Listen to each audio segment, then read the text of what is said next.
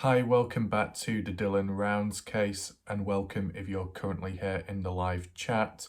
We are continuing on from yesterday's video, as there are a few more key details to look at, one of which is very important, and it is regarding Dylan Round's phone, okay? Quick reminder, if you haven't already catched up on the previous video, which was very deep, revealing all of what Candice Cooley has said in most recent time breaking news, make sure to check that video out before watching this. There will be a link down below in the comment section, pinned, okay? Now, more into this video. As we go along, you can share your thoughts, opinions, and reactions, right? This will be done in the format of a map analysis, mapping out certain key items and where they were found, okay? Because I've not really seen anyone do that yet regarding the key, obviously the boots, the gun, and stuff like that, right?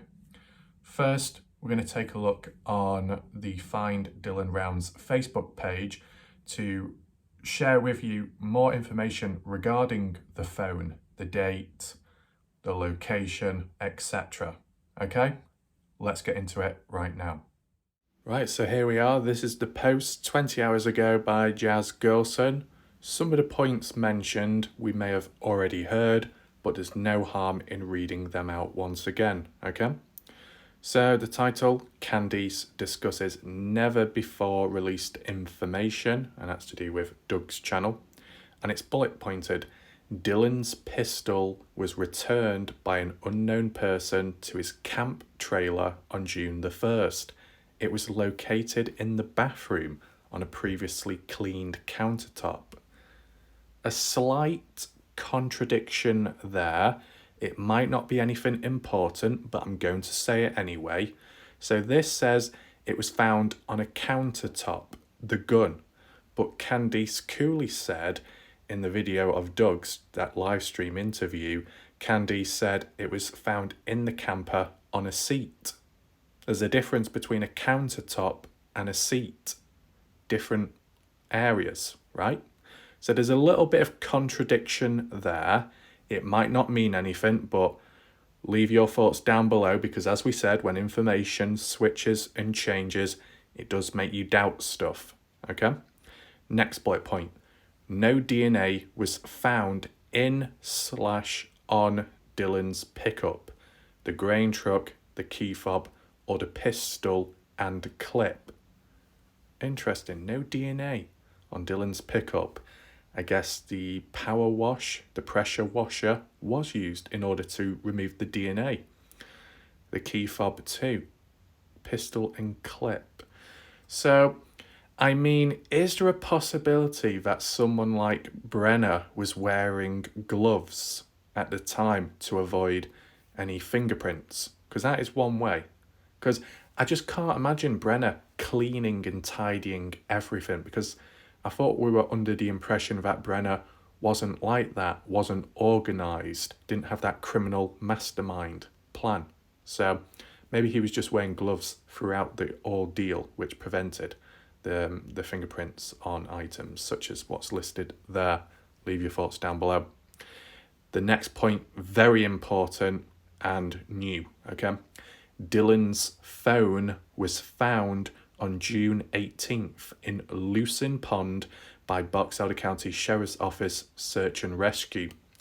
Now, it might be because the information couldn't be revealed publicly in the past, but in a previous live stream of Candice, and I think it was the one with the mob crew, Candice clearly stated that the search of Lucin Pond yielded no results. They went through it, they were looking everywhere, and they found nothing. Well, quite clearly, they did find something. Dylan's damn phone. So it was a lie then by Candice, but understandably, it might be that way because she couldn't reveal the truth at the time. Just like how she was dismissing the key fob way back then because she was advised to. You know what I'm saying? Yeah? Okay. So, What else is there? Next bullet point. James Brenner has been attempting to call members of the Rounds/Cooley family from jail. So all kinds of people he's been calling. It doesn't say specifically, but he's been reaching to that family and the other. So there must be a level of importance and maybe urgency behind it, right? Next point. James Brenner's DNA was found on Dylan's boots, found behind the dirt mound on the shed property. Yep, that checks out. Next one. The phone pings of Robert Aviles and Chase Venstra show they were nowhere near Dylan's farm or the shed property on May 28th, the day he disappeared. I guess that seems to clear that up. Understandably, some people might be still a little wary. There's no harm in that. Next bullet point. On June the 5th, James Brenner did some spring cleaning in the shed as Box Elder County Sheriff's Office watched him remove 4 to 5 garbage bags of potential evidence. That's quite a lot, right? 4 to 5 bags. Who knows what's in them? It could be Dylan's clothes. Could it be his remains? I don't know about that though. If you have seen images of the shed, you'll clearly see significant mess that was not cleaned up as part of his spring cleaning. I mean, I have looked at the shed and it looked somewhat okay, kind of messy, but I didn't really pick up on it at the time. And I'm referring to the footage of salty pancakes when he visited, which was maybe like a month ago. Okay? Leave your thoughts down below to what you think about that. I still don't understand why that hole was in the grain shed in the middle on the ground. It appeared like someone was digging something up and didn't fill it back in. Does anyone know who was responsible for that? If you do, or if you have an idea, make sure to leave a comment down below in this video. Okay? Right. Anything else? Says, when Box Elder Sheriff's Office allowed the family to take Dylan's pickup and drive it, they lost any data that was stored in the truck system. It is only recorded and saved for the last 100 miles. Okay. So that is a critical piece of evidence lost. And if it remained, it could have really helped possibly locate Dylan's body if he's been taken somewhere and disposed of, right? More of that later. Next and final bullet point. Evidence was present that James Brenner walked his horse from the shed property to the railroad tracks during the time period Dylan went missing, the 5th of the 28th to the 5th of the 29th. And then his horse went one direction and he went the other. Huh? Well, I've not heard that one before. That is kind of interesting. Why are you allowing the horse just to walk off like that? Now, you might have seen it in movies, cowboy films, where a guy might be tied up and then put on the back of a horse. And the other individual slaps the horse's bottom and shoos it off, and it just rides off into the sunset. Who knows where it goes to? But you've seen that, right? Was that the situation here? I can't imagine. Because surely, if that stray horse is roaming around, someone is going to find it. Especially if there's a body hoisted on it, they're going to know. They're going to pick up on it, right? My question is, has anyone found Brenner's horse since? That's the key thing, right? And in terms of location, shed property to railroad tracks. Why the railroad tracks? Was he trying to get the horse killed and run over by a train? Or, we'll have to think about that. And then there's the advertisement of the interview with Doug, as you can see. So that was quite interesting, especially about the phone being found in the pond, but also the horse, how it was just sent off. I mean, when you looked at the grain shed, when Pancakes visited, I was like, oh, what's that straw or what's that hay doing there? Because there's no horses. And then someone said about Brenner's horse. And then with this tying in, you know, it's loose, I guess. It's missing itself. Where do you think it is? Has it been found? If it has been found, was there anything found on it? Any blood stains? Any DNA? If someone rode it or was dragged along, who knows? Just trying to understand. And it's like, Brenner does have a vehicle, doesn't he? And yet he used the horse in some way or another. That doesn't quite make sense. But let's try and make sense of the whole ordeal, right? We'll get onto Google Earth now, do a map analysis, maybe reenact it if possible, measure the distance of locations and come up with some kind of idea. Okay, let's move on over now. Okay, so here we are. I did colour code it so it stands out a little bit clearer from the differing items. Now, although the phone was found later on compared to the gun and key fob, it's not to say that's the order it happened when Brenner disposed of it. Brenner most likely disposed of the phone before returning the gun and key fob. That's my opinion, okay? Maybe you think differently. But it's just trying to understand the location of these items, where they were found, where they were dumped, replaced, and to see if there's some kind of general pattern going on, or if it's just very random, right? So we zoom into the epicenter of all of it. You think about it, the grain shed, right in the middle of it, right in the middle of the Dylan's farm down there, right in the middle of the phone found up here, and also just above it, the wash and the railroad tracks. So there's a bit going on. Now, for certain items to be found here and there, kind of makes sense, right? If you're a criminal, you've done something bad, you need to dispose of the evidence, but you need to disperse it, spread it afar in different areas to either confuse people, to make it seem less suspicious, possibly. You know, that type of thing. Now, it's interesting. I don't know when Ty and Lance went to the pond, but they didn't search inside of it. So I don't know if they knew about the phone. And we'll just talk about the phone very quickly now, okay? Some people already might be thinking, so what? We heard about the phone before it was found. We heard about that like months ago. And it's like, well, maybe you did. But me personally, in my position, from my point of view, beforehand, I did not see any confirmation or official response to the phone being found. I just heard it from a viewer to another viewer, and that was it. And maybe the odd YouTuber briefly spoke of it. But now it's like an official statement on Facebook from what Candice has said and others, saying this has been found on that date in this area. It kind of confirms it. Now, who knows if there's any more twists and turns? That's always possible. But let's just work with what we've got right now. The epicenter, the grain shed, supposedly where it all went down, where Dylan was taken out, and that's what Candice strongly believes in.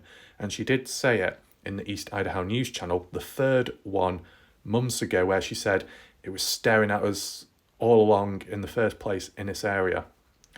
So she was wording it like that. I don't know if she was talking about Brenner and / or the grain shed, the location of Dylan, maybe both or one. But as I said, you got the grain shed, and there's another theory I can look at, but we'll save that for another day. Dylan must have got to the grain shed at least to be able to successfully park the grain truck in the shed. Now, I don't know if anyone could contest that and say, well, maybe Brenner parked it in the shed. I don't know why he would, though. Why would he care about seeds getting wet? Brenner. That's not his responsibility, so I don't know why he'd be doing that. So I'm still under the impression it was Dylan who successfully parked his truck, the grain one, into the grain shed to protect it from getting wet and the seeds being ruined, okay? And then something happened. Now, the shack lady was mentioning key words, okay, about snapping, which is a key word associated with Brenner due to his behaviour, how he can just, out of the blue, get angry. Then if you throw in maybe alcohol, that could ignite the flames. And then the other key word she mentioned was the gate, which is down here. Now, it's just trying to understand this. Dylan's truck was found at his place of living, as if it was never moved. So I'm under the impression that the grain truck may have been at Dylan's place of living, and he used that to drive down to the grain shed, park it up, okay, in there, and then afterwards he was hoping for a lift back to his place of living. The reason why I say that is because Candice did say on that day, the 28th, early in the morning, before 6:51 a.m, when he called the grandmother, before calling the grandmother, he called Brenner. Brenner did not answer the phone. Candice coolly assumes that it might have been Dylan asking Brenner for a favour to be picked up and taken back home instead of walking the 5 miles. It seems like a common basic favour, right? Just a small task. It might have happened before in the past. Now, with that idea, okay, that's why I was thinking he took the grain truck down to the grain shed and he left his Ford F-150 back at his place of living. I might be wrong, but that's just how I see it up to now, okay?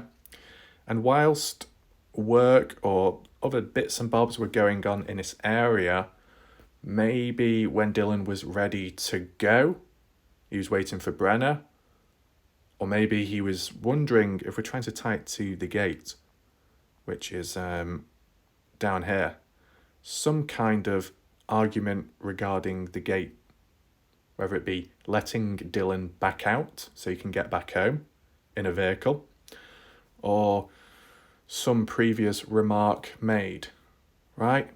And that may have made Brenner snap. He thought, oh, I've had enough of you, Dylan, complaining about that damn gate. And if he was a bit drunk, and who knows what happened, he reacted, he snapped, took Dylan out, hurt him. In terms of the items, this is the part, right? Where did the items go individually? That's what we're trying to understand.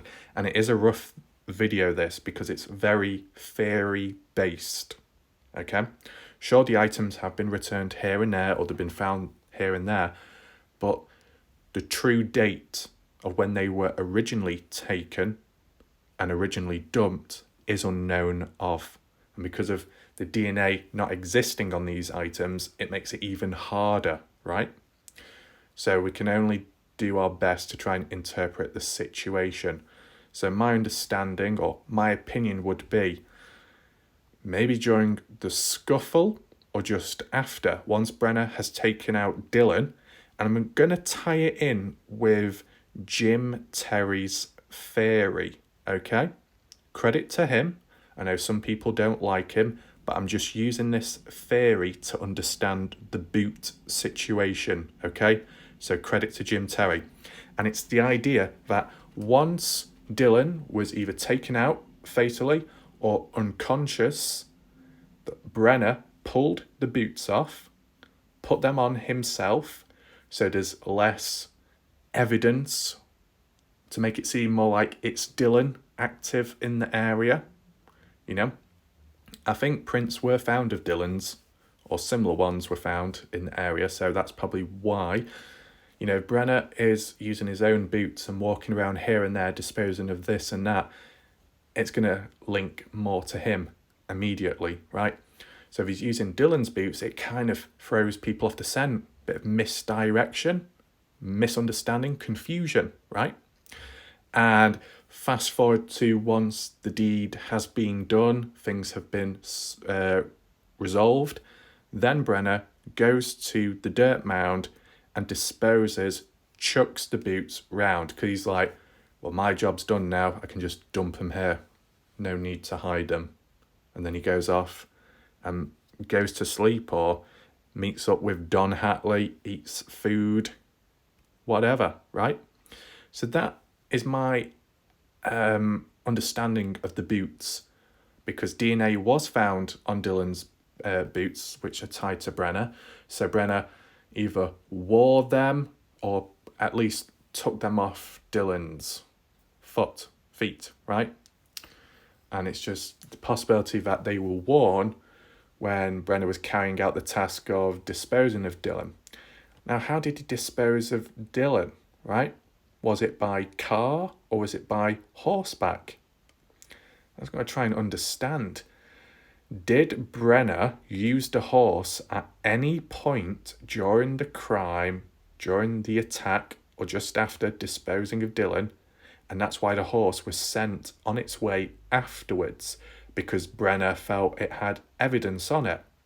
Or is there a possibility that the reason why Brenner got rid of the horse, set it on its own way, which is near the railroad tracks here, is there a possibility that occurred because he felt like he was going to get arrested? He felt like down the line he's going to get in trouble because of what he's done. He knows,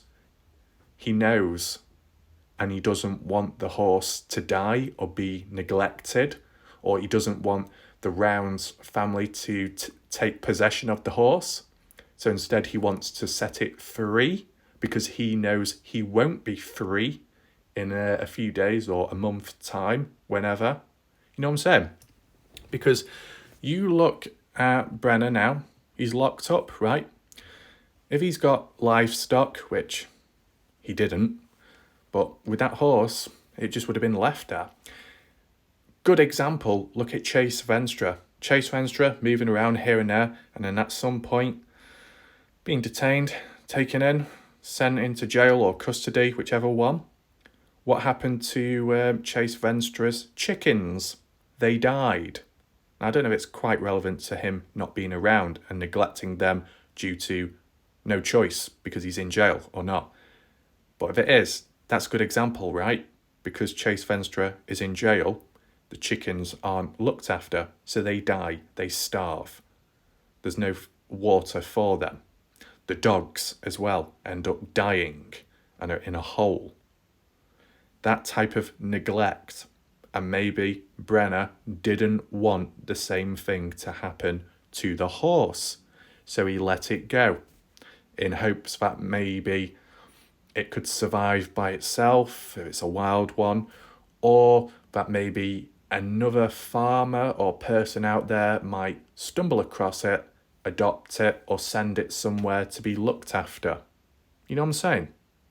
It's kind of interesting, that idea, that concept. Now, if it wasn't directly to do with Brenner feeling like he's going to get sent to jail and arrested, then maybe it was the evidence thing with the horse. I'm going to leave a poll down below, okay? So if Dylan was taken somewhere and disposed of, do you think it was by horseback or by Dylan's truck or Brenner's truck? I'd have to say by truck. It seems far more practical. I mean, I know in a way you can ride a horse with someone on the back of it tied up. Yeah, that's possible.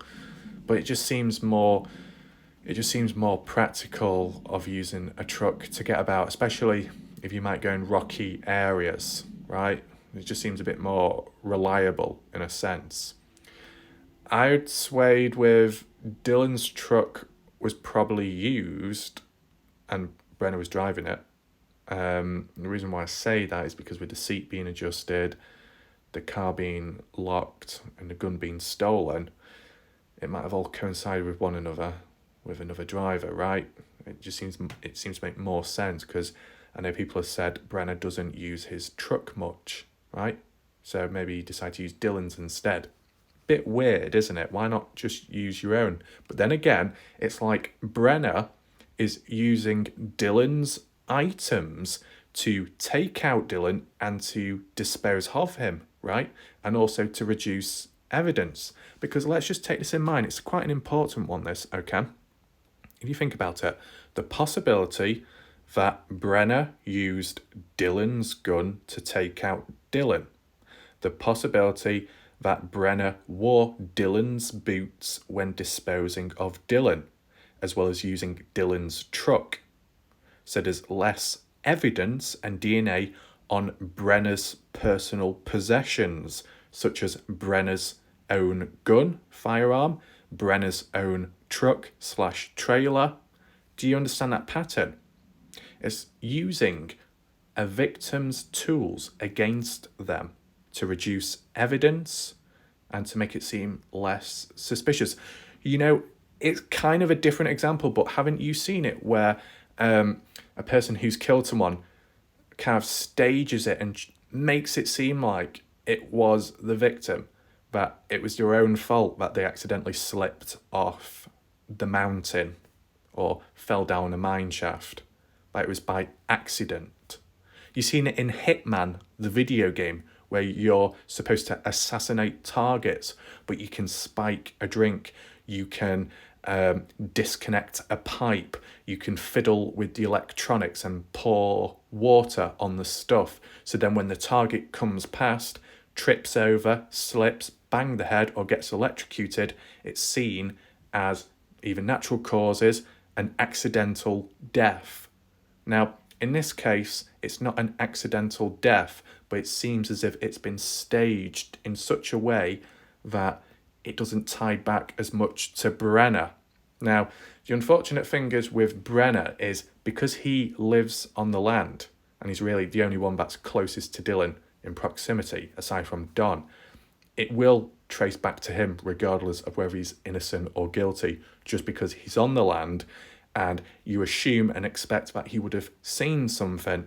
Now, ultimately, if Brenner had an accomplice, got somebody else to do it, and Brenner was out, maybe hanging out with Don Hatley, eating dinner, or in Montello at the time, the barbecue, that could have excused Brenner.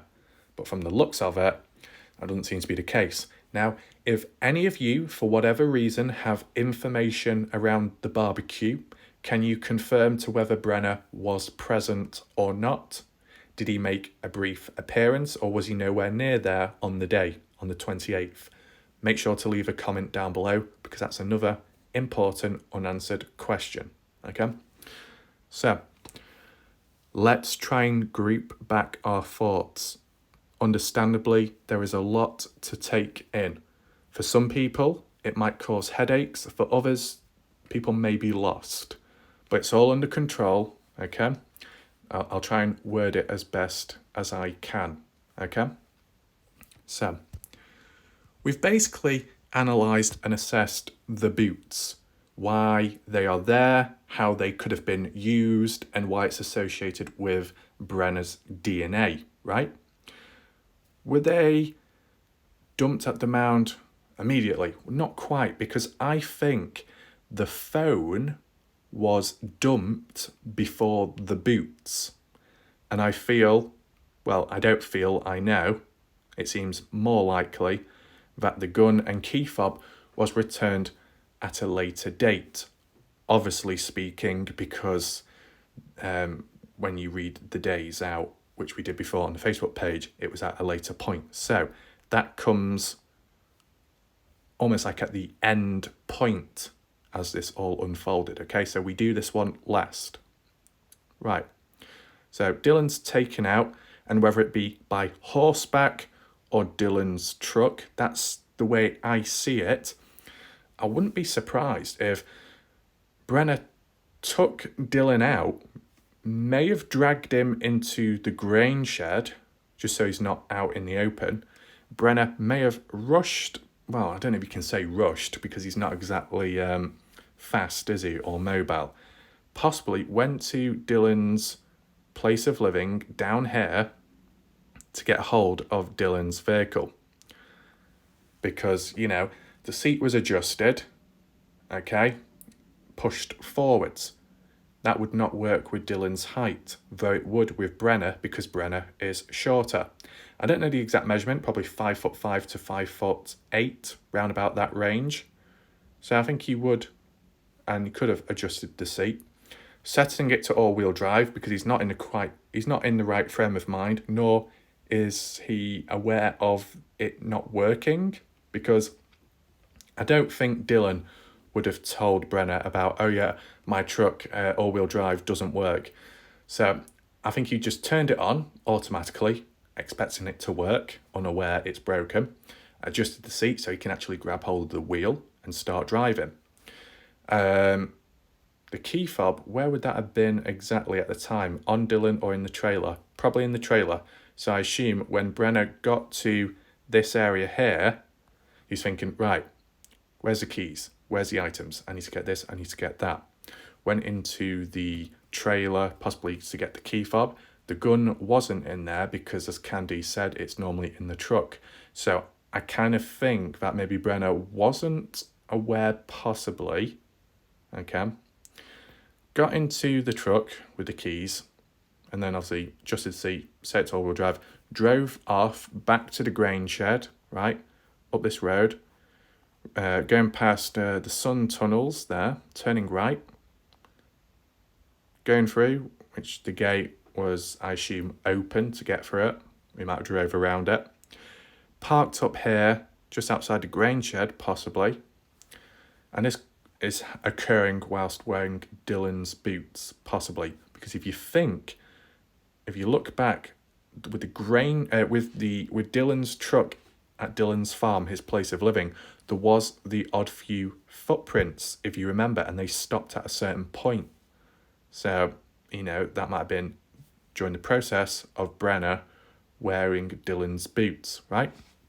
So, Brenner gets back to the grain shed, gets out of Dylan's vehicle, wearing Dylan's boots, gets a hold of Dylan, chucks him on the back seat or in the passenger seat, wherever, drives off and goes somewhere, preferably west or west-ish. And I'll explain why. Driving here, turning left, side by side with the wash and driving up this way. And I keep referring back to this way because obviously Montello, but also because of the phone ping. Now, as said, it's still not been updated or no one's really contested it much. From what I know of and what I've seen, the final phone ping has always been roughly in this area, this white patchy piece of land. Okay, flip the screen just so you can see. Lucin Pond, not too far away. Lucin Airport over that way. And then the grain shed back there, so not too far in distance. Now, why is the final phone ping here? Maybe, roughly speaking, the reason why the final phone ping is in this area is because nearby is where it was discarded. And the moment it was dumped in the pond, the phone probably malfunctioned, broke, stopped working because of water damage, right? It makes sense. And then it's like, well, what happened from there on? That is the mystery, okay? It just seems a bit, I don't know. If that wasn't the case, okay, let's just rewind a little. Back to the grain shed. Let's put aside disposing of Dylan, just for now. Is there a possibility that Brenner got a few items with him which are associated with Dylan, such as the phone, maybe the gun, and that stuff, got on the horse and rode it down the dirt road to the pond just up here, okay, the pond in this area, and then dumped it in, and then set his horse off in the distance because he's like, I've got no more use for you. You can go. You're free. I've disposed of the phone. Now it's time to walk back, possibly, to the grain shed and then begin disposing of Dylan or getting on with life. You see, there's different possibilities. You can leave your own thoughts and comments in the comment section to which method you think was used and in which order were items dumped, right? It just feels like the phone was the first thing to be disposed of, which may have coincided with taking Dylan somewhere, which then on the way back coincided with Brenner then power washing Dylan's truck under that form of transportation, that theory, back at Dylan's place of living, and then getting back to the grain shed to then dispose of the boot, because it's like, right, job done. Because it's like, if you're cleaning something, if you're a cleaner, you put your apron on, you might put your mask on, you put your gloves on, you start cleaning, wishy-washy, whatever you do, okay? And then once you're done, you wring the towel out or the mop, you empty the dirty water, you clean this, clean that, put that back, put this back, and then possibly the last thing you do to avoid dirtying things but also reduce germs is taking your gloves off, dumping them in the bin, and then you're done. Or final task, washing your hands. That order. So it can apply to when you're dealing with taking someone out, right? Just to take that into mind. So I'm just going to refer back to the truck theory because it works better for me in my mind. You can think different. So following on from the phone, as we said, with Dylan possibly in the vehicle, gets to this point here, where the dirt road is, right? Parks up, such as here, as a car is parked up, got out, crossed the fence, walked up this pathway, got to the pond, whichever spot it's in, and then just chucked the phone in like that. Most likely, it was most likely Brenner that chucked it there, and if not that, an accomplice, right? Because who else would dump Dylan's phone there? Dylan wouldn't. It wouldn't make any sense. Just wouldn't. And it's understandable to why the phone was thrown in a place like that, because it's one way of damaging the phone, trying to remove any data, any evidence on it internally and externally to stop the phone pinging, although maybe if you stamped on it on the spot, that could have worked, but dumping it in water just seems, or at least in his mind at the time, more of an effective method. Maybe he watched films in the past. I don't know. Maybe he's watched crime films or violent stuff and it's given him ideas. You know, in random everyday situations, humans may perform a certain task in a certain style and it's somewhat influenced indirectly or directly, consciously or subconsciously through influences of certain media and watching films or playing games previously, right? People do learn, people do adapt. Interactional synchronicity can occur at times. So maybe that applies to Brenner. You got to take in mind, does Brenner have a TV or not? Or maybe he went to Montello at a bar and watched something, okay? But nevertheless, phone dumped here. Although it's found later on in June, well, do you call it mid-June? Was it the 18th? It was probably disposed much earlier on, obviously, on the day Dylan went missing.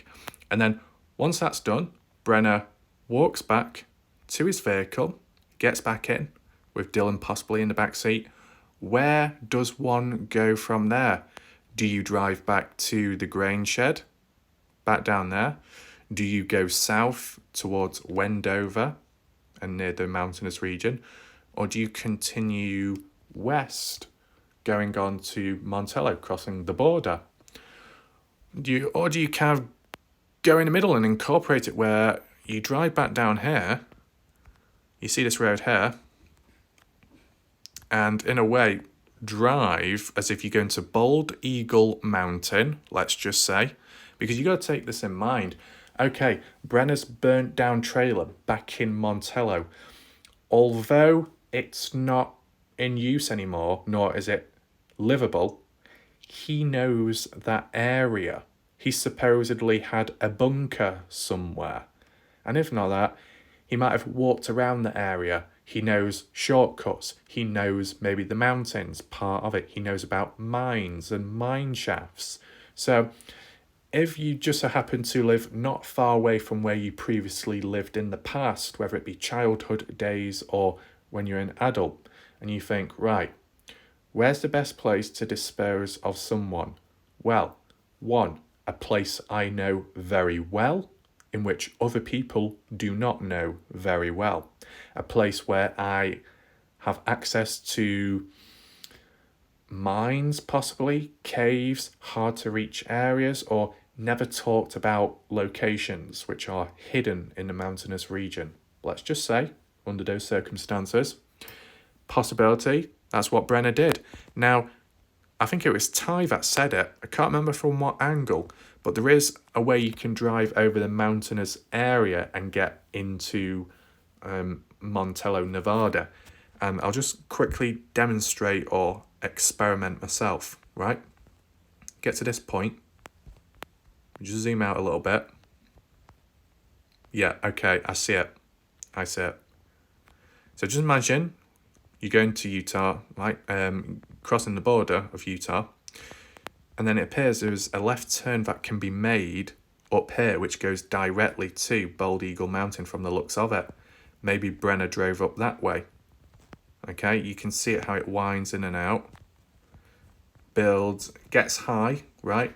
It does build. And it spirals in and out. And eventually you get onto the top, right? There's, what's that up there? Wouldn't have been there because that's like a dead end.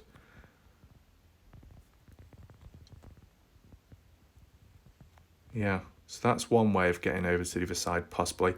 If not that, let's just say I did it slightly wrong. It does go up this way, right? Can you see the light coloured path? Oh, it goes to the same one. Where's another possible way of crossing over? Because I'm just doing this very quick on the spot. It's very mountainy there, so that's not the one. I think it might be lower down here, possibly. There will be a certain way, and I'm sure Ty can really clarify it. I'm just speeding around quickly so I don't waste your time too much. But whether there's like a direct cut through or not, which I think there is. Yeah, like that one there, you see, that road. Patterson Pass. Yeah. Patterson Pass comes down here onto the Lucin side and comes down here, right? Which is going down south. So yeah, I did mention that just earlier on. So you take in mind, either he went onto the main dirt road into Montello, or he came down south from the pond down to this way, past Bald Eagle Mountain, Pilot Peak down there, and then that pass, going through Patterson Pass, and coming back down here into Montello, Nevada. And whilst being on this side now, the option of maybe going to his place of living. Now, I don't know if I can memorize the dot on the spot of the exact location, but you think about the mining within the area and the mine shafts. I know Ty and Lance are still ongoing searching, which is very important if we're tying it to my theory at the moment of disposing of Dylan, right? As well as disposing of certain items. So up to now, in this timeline reenactment, only the phone has been disposed of up to now, okay? Brenner could still, most likely, is still wearing Dylan's boots and still is driving Dylan's vehicle, okay? I just need to find that mine. So you got that one there, and then you got that one there, and then where is, there we go, boom, boom, boom, boom. Right. Okay. Brenner's trailer down here, which is no longer present because it's burnt down, and it happened a year before Dylan went missing, supposedly. So I don't think Brenner drove over the mountainous region, over that way, over Patterson Pass to come all the way down to here. But there is a possibility that he came nearby. Also, bear in mind, quick update from what Ty said about Brenner's vehicle down here.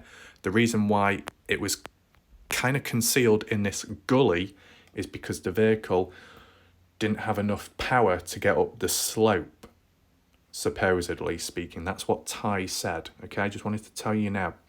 Now, that might be the case, though if you do look close, I don't know if it's this one or on another map, I think when you go back in time, the track marks do go up to the trailer, which is interesting. Maybe that was a different vehicle. Someone else caused that. Maybe. Never mind. Let's return back to the process of Brenner. Brenner may have passed his former place of living in order to get to this area where there is a fair bit of mining going on, or original mining. You know, you've got a mine there, a lot going on there.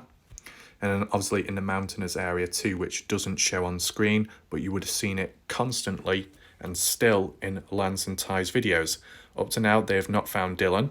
They found bones and bits and bobs, but nothing too suspicious. But it seems likely that there is still places to explore.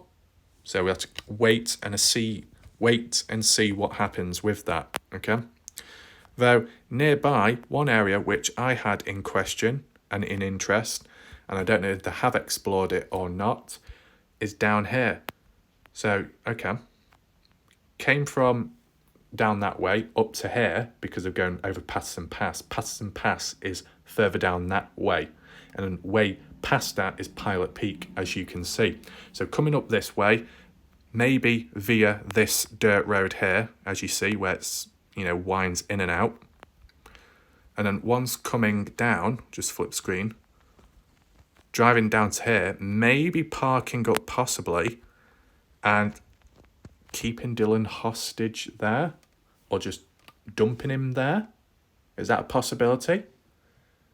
Now, that's up to my, this is like my theory, okay? So it's probably different for you, but let me know your thoughts. And also, has anyone searched this barn? If it's been searched, nothing was found, then it's like, well, there we go.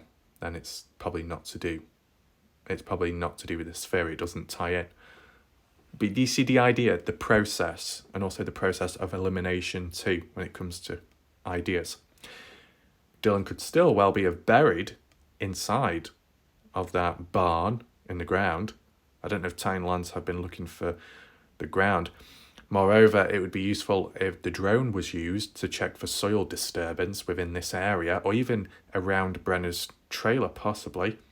I know police did use certain kinds of equipment when investigating the trailer, but I don't know if they used a drone. That's what I'm not sure about. And I don't know if the police explored here, this barn, or they just literally looked at the trailer and that was it, nothing else. So there's a few points in the air up for debate, okay? Now, let's just say this is where Dylan is at, or he's nearby, in a mine, dumped. Let's just say that. What does Brenner do then? Does he go on to Montello to celebrate, to go to the barbecue? I'm not sure of. Does anyone have any information or witness reports regarding that? So Brenner appears like he's got an alibi, or he's blending in some way. You know what I'm saying? Because that could help. If not, and he just returned back to his trailer because he didn't want to be bothered, there's things going on in his head, he needs to get away from it, or try and distract himself, let's say. Or there's unfinished business, like the items, right? I don't know at what point Brenner was alerted by Dylan's gun, okay? There's still that possibility somehow that Brenner may have used the gun to take out Dylan. But with the way I've theorized it in this video up to now, probably not. So at some point when Brenner is driving the truck on the way back to his place of living near the grain shed, he probably looked at the side of the door and thought, oh look, Dylan's gun. I think I might take this for myself. Could be as a personal trophy. It could be because he likes the gun. Now, why would he return it afterwards? Well, we'll get to that very shortly. But first, I think the reason why he took the gun is partially because he likes guns. He's collected them, but he doesn't buy them. He steals them. He did it with that .22 caliber rifle previously, and he liked the look of it, so that's why he took it. Same could have happened with Dylan, okay? If you're interested in a certain item, regardless of the situation, you might take it, depending on who you are and what type of person you are, right? So let's just say he went back the same exact way, because to be honest, going over Patterson Pass is probably a quieter area than going on the highway to Montello, crossing the border, right? You go through the backwoods, the back routes, the paths which people don't go down as much, so you don't get detected. People don't see you as well, right? So, driving back up this way, right? Okay. What's that place called? Hogan's Alley. Driving up Hogan's Alley, where it goes in and out, and somehow going off-road down this way to connect to this road to get back to Patterson Pass up here, which it should be. There we go.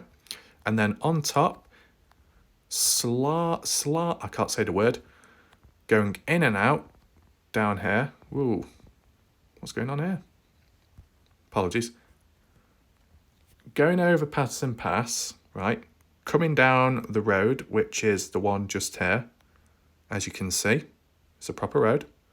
Driving down, now you're in Lucin. Eventually, getting to lower ground, going through Patterson Pass Spring, right? And then you're now on the Lucin land, back on a normal road. You drive up this way, right? Just zoom out so we don't get too lost. And then at whatever point, because there is alternative ways to drive off, right? You could have gone this way to connect to that road, and then drove down this road to get to here, coming all the way down. As I said, there's alternatives, right? You've got to take that into mind. And then, instead of going back to the grain shed, could have took a right, a direct right there, going east. So looking back the way you came, over there, and going directly to Dylan's place of living to then return the truck. Okay, that's the second item returned. The first item was dumped at the pond, which was the phone. The possible second, let's say, because that's kind of unknown of, is Dylan. And then the second 2.5, or the third thing to be returned, is the truck, which Brenner has been using all this time to make it seem less suspicious. Going past sun tunnels, coming down here to where this marker is. Bear in mind, this marker does not apply at this moment in the timeline. Parks it up, and then gets the pipes out, connects the things together, turns on the pressure washer, and does the best he can, washing it down. Even though in the wheel track or underneath the car, the truck, you still see bits of dirt, but he tried power washing it down as best as possible. And as he's walking around the car, leaving the odd few footprints, as the dirt comes off, it gathers on the ground, so it looks a bit damp and patchy, as if someone has recently washed it, as seen in those photos which Tyler Feller assessed and analysed. You remember that. And then once he's done that, maybe taking the pressure washer, part of it, down to the pond, as it was found dumped there. I don't know why he left it down there. Maybe to stage it as if Dylan was cleaning it himself, like as another planned thing. Who knows? Once Brenner is finished with Dylan's vehicle, he forgets to adjust the seat, forgets to turn all-wheel drive off because he's not thinking too far ahead, I guess, or thinking of Dylan. Takes the gun with him at that point because he's now leaving the vehicle, walking away from it. Oh, don't mind if I do. I'll take that gun. I'll just lock the vehicle up just to make it seem like no one's stolen anything, right? Because that's what you do at times. To make it seem like there's not been a break-in. There's no forceful entry. And that can apply to any situations and establishments, right? But obviously, unknown to Brenner, Dylan is a bit of a laid-back individual that would keep the vehicle unlocked. So that was like the first one of the key mistakes by Brenner, right? Leaving the vehicle as it was. Wasn't how Dylan would leave it. So that was a slip-up by Brenner. So Brenner, from there on, may walk across, possibly like how Dylan would, 5 miles, going over this way. It's somewhat doable. Or he might have taken the main road, whichever. Got back to the grain shed after all that, because that's where he lives as well. So he's going to return back to the grain shed no matter what he does in this whole build-up. Disposing of Dylan, simply disposing of the phone, he will always return back to the scene of the crime because it's also the place where he lives, right? Once he gets back here, what does he do then? Most likely goes to the dirt mound, possibly takes off Dylan's boots, which also has a bit of blood on them, whether it be at the time, at the start where Brenner took Dylan out, or maybe when Brenner was disposing of Dylan, a little blood might have slipped, dropped onto his boot then, right? But nevertheless, Brenner takes off the boots, chucks them behind the dirt mound, because he's like, yeah, no one's going to think anything of this, right? Now, obviously, this was the second big slip-up, leaving DNA on the boots. You know, he made an attempt to supposedly power wash the vehicle. And then as for the other items, at a later point which were returned, they had no DNA on, as well as the vehicle itself, inside and out. So it's like there was like a form of care taken for those items, but not for the boots. So why did he not clean the boots then? Wash them down or something to make them look fresh? You know what I'm saying? Why put in the effort for some items but not the boots, which were mainly used possibly? But nevertheless, dumped the boots, chucked them, careless, round there, didn't even bury them. And then walked back, possibly to his trailer, whichever one it was. Not this one, this is out of date, but he went back to his trailer around here. And then as the days unfolded after that, the 1st of June and onwards, that's when Brenner started returning some items. So I assume on that day when Dylan went missing and when Brenner returned back to his trailer after dumping the boots, he had the gun on him of Dylan's as well as the key fob, right? And then whilst he's in his trailer, over the coming days when the family come in, the search and rescue and the police and the presence, he doesn't like it, right? You know, he starts complaining, getting agitated. He doesn't want people around him because he just doesn't, but also he feels like he's being watched. He can't do his own thing, maybe. Whether it be the presence of the people around or the pressure of the guilt building up within because he doesn't like what he's done. For some reason, he may be regretting it. Maybe he's never gone this far before with someone. He starts thinking, oh, do you know what? I think I might need to return those items because I just feel like I've left everything else how it is, maybe the boots, the vehicle as well. You know, if I returned Dylan's vehicle back to his place of living to make it seem like it was never moved, then arguably I should do that with the gun and key fob to make it seem normal. You know, I've locked Dylan's vehicle, but I've taken the keys away. So that's kind of suspicious. Someone might question something, right? So maybe I need to return the key fob back. Maybe I'll do that. But obviously it's the order he does it in. That's what's most confusing if we're talking about Brenner being responsible still, okay? So I assume that the police weren't present at the time. Maybe they were, but Brenner was obviously allowed to just walk around and roam the area, just like the spring cleaning on June the 2nd, I think it was, or June the 5th. But nevertheless, Brenner went all the way back, whether it be in his vehicle or not. He could have used it as an opportunity to just check on the place. You know, he could say, I'll just have a search around myself, just to make it seem less suspicious. He goes back to Dylan's place of living, which is over here, goes into the camper, which someone obviously did, at least, went and placed the gun on the seat in the camper, or as Jazz Girlson said, in the bathroom area on the countertop, and took the clip out as well. Now, it's interesting to think, okay, there's no evidence DNA on them, but is there any missing bullets? That's very important. If there is one missing bullet, there is a chance that bullet was used on Dylan, right? I don't know what ammunition. I don't know if Dylan was locked and loaded. From what Candy said, Dylan would leave his gun in the car and he wouldn't carry it around him as he's walking about. So clearly there's no real need for the gun to be on Dylan at the time. So I assume by leaving it or returning it back, it seems less suspicious then in Brenner's mind, if he's thinking that far ahead. So if there are missing bullets, then yeah, that does seem kind of odd, right? I don't know if anyone could do a bullet count, how many are normally in a chamber of a pistol of that type, that variant, and how many rounds Dylan would load up into the chamber, you know what I'm saying? If any of you experts know, feel free to leave a comment down below.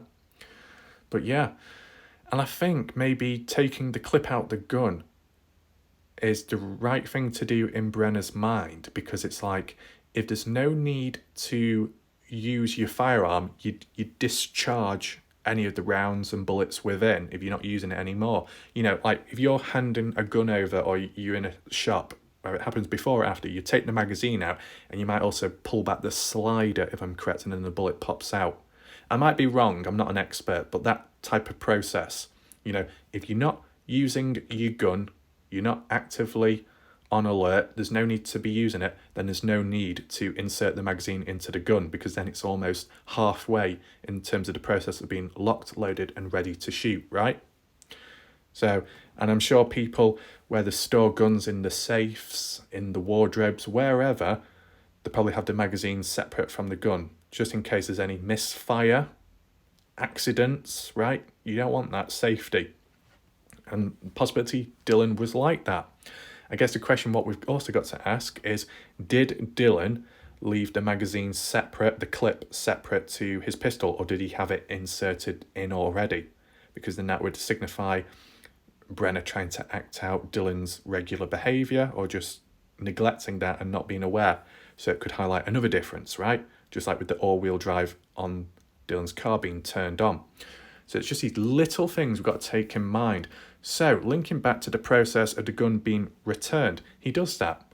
And he's like, he could be thinking, oh, okay, so I've returned this item. Maybe no one will know. Maybe no one's looked deep enough. So when they do find a gun, it's not going to be a big surprise, because they might just think, oh, we didn't look in that area. That could be going on in his mind, possibly. He returns back to his place of living, most likely. And then for some reason, he suddenly thinks, oh, the next day, I'm going to go back down there and now return the key fob.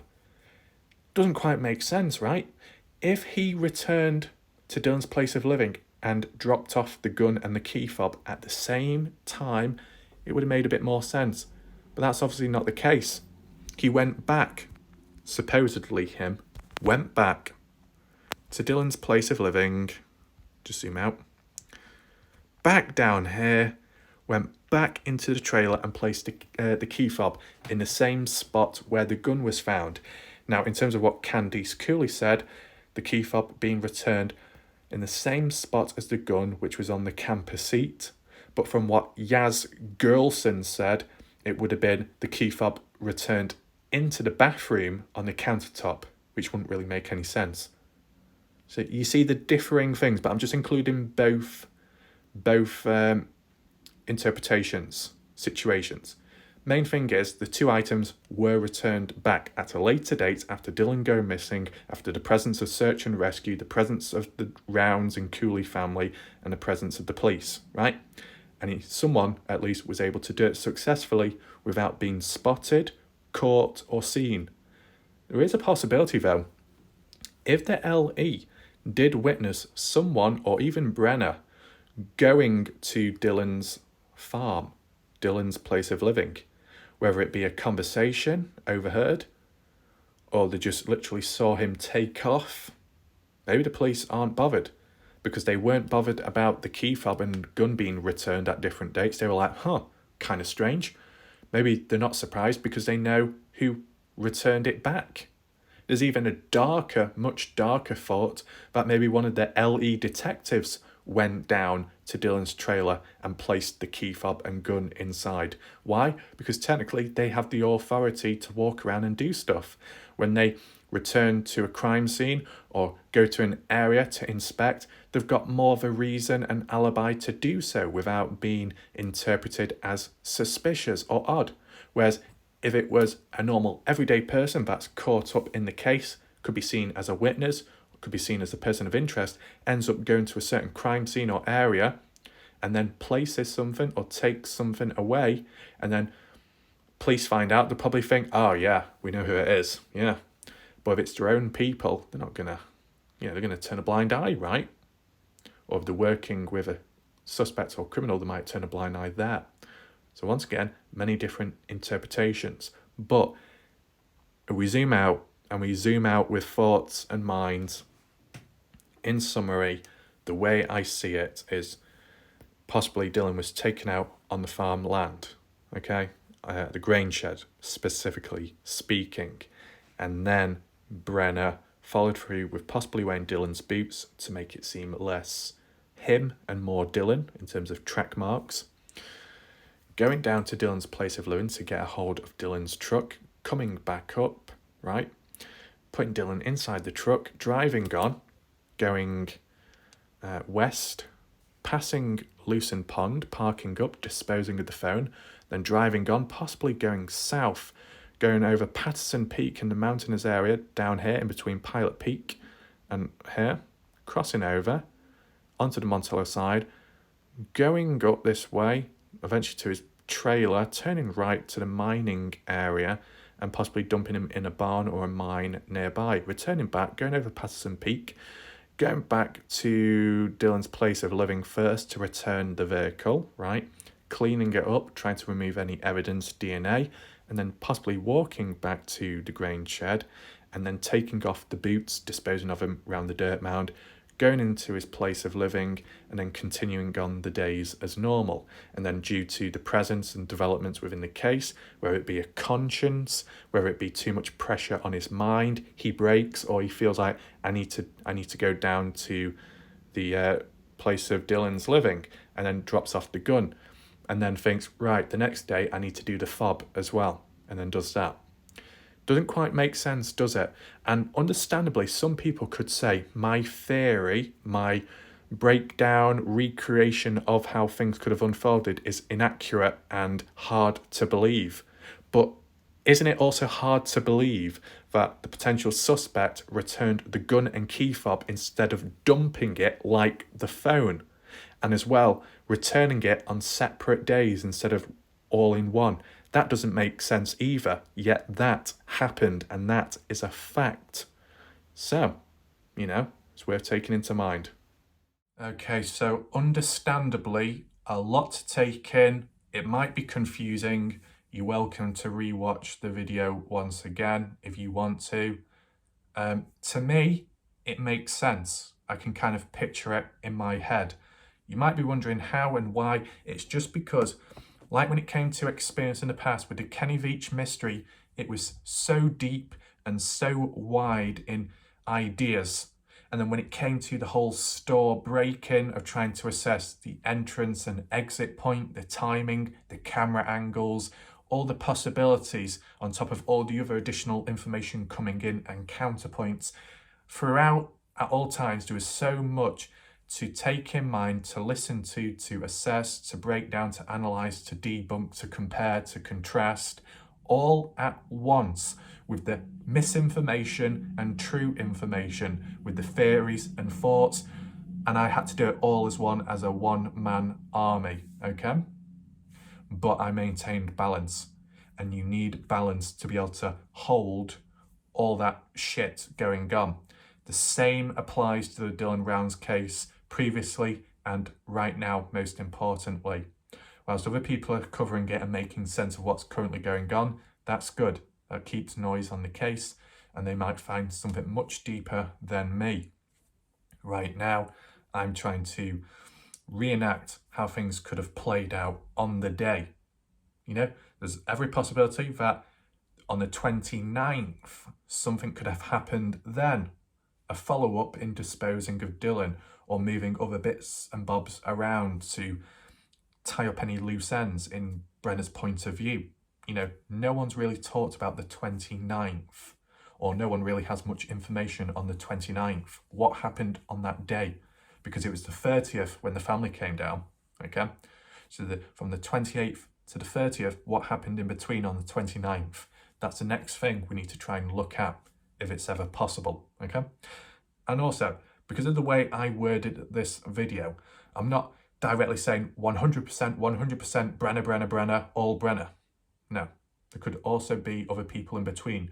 But for this reenactment, so I wasn't spazzing out with my wording or getting mixed up with differing names, I just stuck with Brenner. So if you was to rewatch that video I described, you could picture it as Brenner or replace that name, that person, as another suspect as it's played out, or both Brenner and somebody else. Okay, so I left it open so you can play it out in your own mind too, okay? Very deep video this. I've done little bits and bobs in the past of trying to piece it together, come up with different theories, and it's been broken up, fragmented. Now, with the recent evidence, it's all been put into one. It might be strengthened and reinforced down the line, or it might be countered and then an alternative path to go down, okay?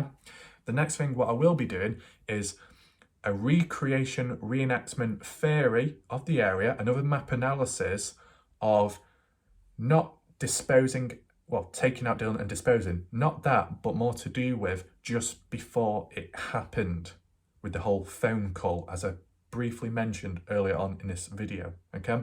So we'll take a look at that soon. Not quite yet, obviously, because we've got a fucked up back and neck and a dry mouth, but we'll get to that eventually, okay? So, if you've got any thoughts, ideas, if you've still got things to say right now, okay, either list it in the chat quickly or leave a comment down below so the video can remain active, so the noise can remain active on the case and additional points can be shared below, right? So hopefully that all made sense and you understood it to an extent. And yeah, thanks for watching. I'll see you next time. For now, goodbye and good night.